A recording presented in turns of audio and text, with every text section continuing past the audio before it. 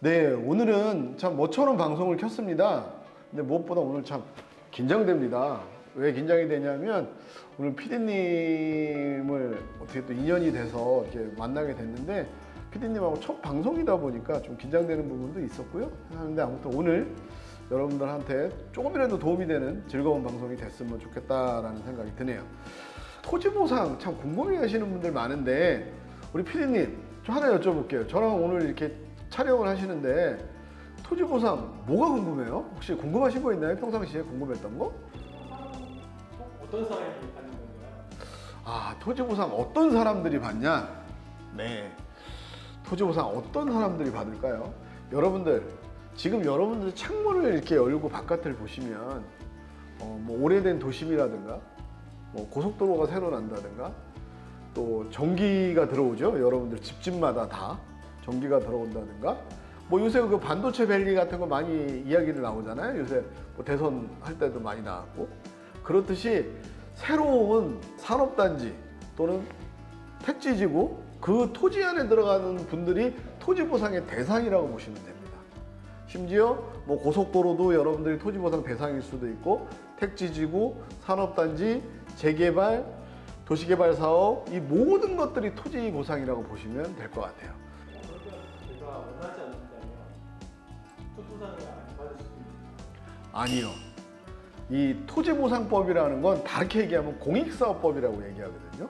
공익사업법이라는 게 뭐냐면 공공의 이익, 다수의 이익을 위해서 너희들은 어느 정도 인내를 해라 라는 의미가 있기 때문에 그건 무조건 강제 수용입니다.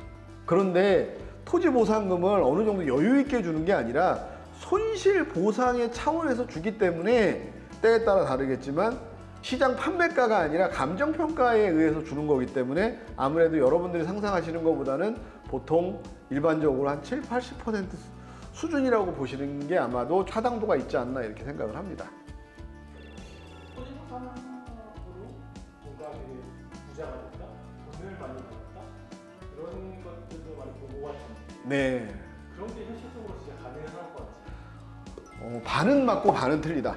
이게 토지보상도 크게 또 갈래가 있습니다. 면사업과 선사업이라는 게 있습니다. 선사업이라는 건 뭐냐면 여러분 알다시피 도로 관련된 사업들 그게 국도냐 지방도냐 고속도로냐에 따라서 엄청나게 또 달라집니다. 지하철도 선사업이고요. 근데 면사업은 뭐냐? 택지지구나 산업단지를 면사업이라고 합니다. 아까 말씀하신 것처럼 토지보상을 받은 부자가 되냐? 상황에 따라 다르죠. 우리가 구도심하고 신도심이 있지 않습니까? 그런데 이 구도심들이 슬럼화해지고 신도심들이 지금 보면은 뭐 어느 정도 이렇게 활성화되어 있는 곳들이 있지 않습니까? 길 따라 돈 따라라고 말씀드릴 수가 있거든요. 그래서 내 땅이 일부 들어가고 어떻게 보면 그 좀 번화가 쪽이죠. 번화가 쪽에 길이 생긴다 이런 경우에는 부자가 될 수 있습니다. 면사업 같은 경우 돈이 되는 경우는 내 땅이 맹지입니다. 길도 못 가고 그린벨트고 못 써요. 뭐 팔아도 누가 사질 않아요. 그런데 택지지구를 이렇게 크게 만들 때는 그 가격이 맹지 가격으로 받는 게 아니라 적어도 어느 정도의 거래 가격으로 받기 때문에 상당히 이익을 보는 경우가 있습니다.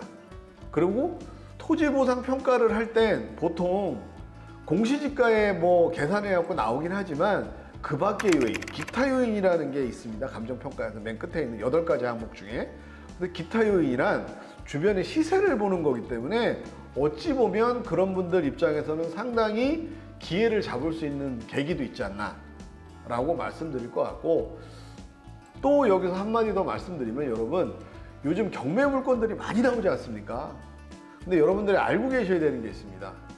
기준점, 권리 산정 기준인 이거를 알고 계셔야 됩니다. 그러니까 기준점이라면 여러분들이 좀 어려우실 수 있으니까 간단하게 말씀을 드리면 방송이나 TV에서 3기 신도시를 만들겠어요 라고 나오지 않습니까? 그거 뭐냐 하면 그 전에 사셨던 분들은 상관이 없습니다. 근데 그 발표가 나고 사시면 어떠한 권리도 받지 못합니다. 그러나 예를 들어서 경매로 인해서 취득을 한다 했을 경우엔 대부분 그 권리를 옮겨서 받는 경우가 많습니다. 그래서 이런 것들은 이제 전문가나 그런 분들의 컨설팅을 받으시고 하시는 게 훨씬 좋기 때문에 토지 보상이 어떻게 보면 돈이 되는 거 맞습니다. 부자가 되는 것도 맞습니다. 그런데 아파트는 여러분들이 좋아하고 대한민국 아파트 공화국이지 않습니까? 그거는 거래 사례 비교법이라는 A동이 2억, 옆에가 2억 500, 2억 1000 이렇게 알 수가 있지만 거래 사례가 뜨지만 개인주택이라든가 토지 같은 경우는 특수성이 있기 때문에 그거를 누가 이렇게 딱 해주기가 상당히 주관적인 요소가 강하다는 겁니다. 그렇기 때문에 여러분들께서 보다 심도 있게 공부를 하시고 여러분들 숨은 보물찾기처럼 아마 찾기가 훨씬 더 좋고 또 훨씬 좋고 훨씬 이익이 난다는 건 반대로 훨씬 위험하고 조심할 부분이 많다라고 말씀드릴 것 같습니다. 토지 보상은 근데 그러면 의뢰 해주는 거면 그냥 하는 대로 받으면 되는 거 아니에요?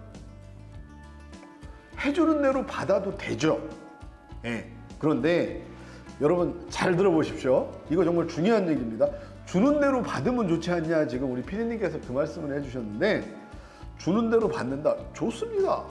그런데 토지 보상에는 주는 대로 받으면 그 후로 여러분들에게는 어떤 일이 생기냐면 어떠한 항변도 할 수 없습니다. 예를 들어서 내 땅이 5억인데 10억을 줬다. 주는 대로 받으면 좋죠. 근데 그런 경우는 별로 없습니다. 내 땅이 5억인 경우에 우리가 지금까지 업무를 오래 해본 결과에 의하면 보통 4억이나 4억 5천, 약 80에서 90% 정도의 토지보상가가 지역마다 차이는 있지만 그렇게 나가기 때문에 제가 볼 땐 주는 대로 받는 것보다는 단계별로 세 번을 더 받을 수 있는 기회가 생깁니다. 왜? 여러분 하나 그냥 간단하게 말씀을 드릴게요. 여러분 집안에 있는 물건을 내가 딱 갖고 와서 얘따 이거 한 10만 원 하는 거 가지고 탁 주고 간다. 여러분 가만히 계시겠습니까? 가만히 안 계실 거잖아요. 똑같습니다. 내 토지에 대해서는 가치나 이런 것들은 아무래도 땅 주인이 가장 잘 알고 있습니다. 물론 평가사들이 일반적인 평가를 하긴 하지만 그래서 여러분들은 이 토지에 대해서 총 3번에 걸쳐서 올려갈 수 있는 방법이 있다.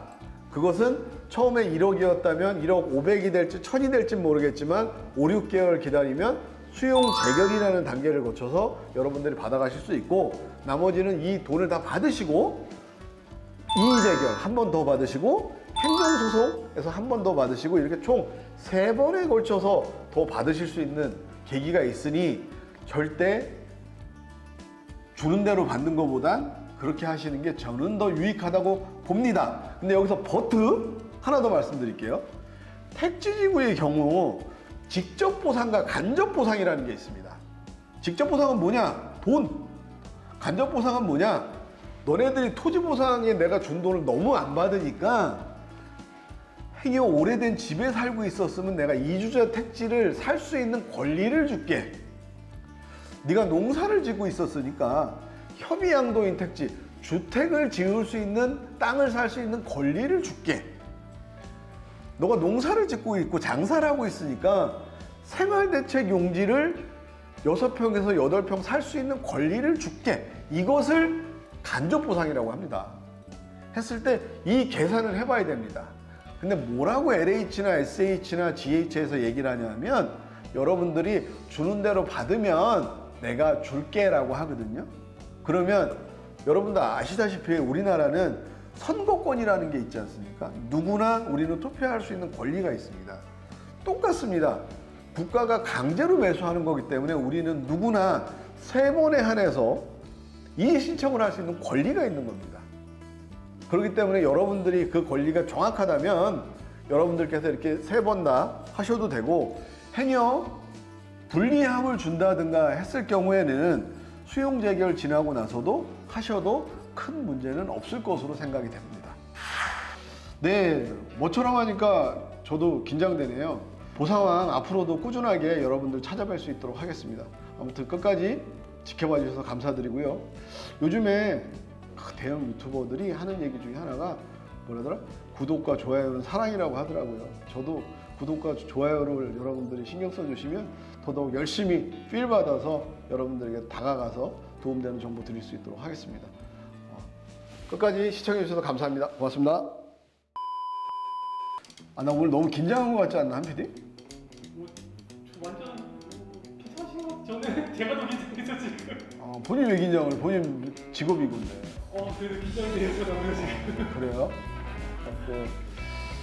우리 시청자분들한테 좀 더 진짜 팍 꽂히는 그런 걸로 한번 기획 좀 해보세요. 오케이.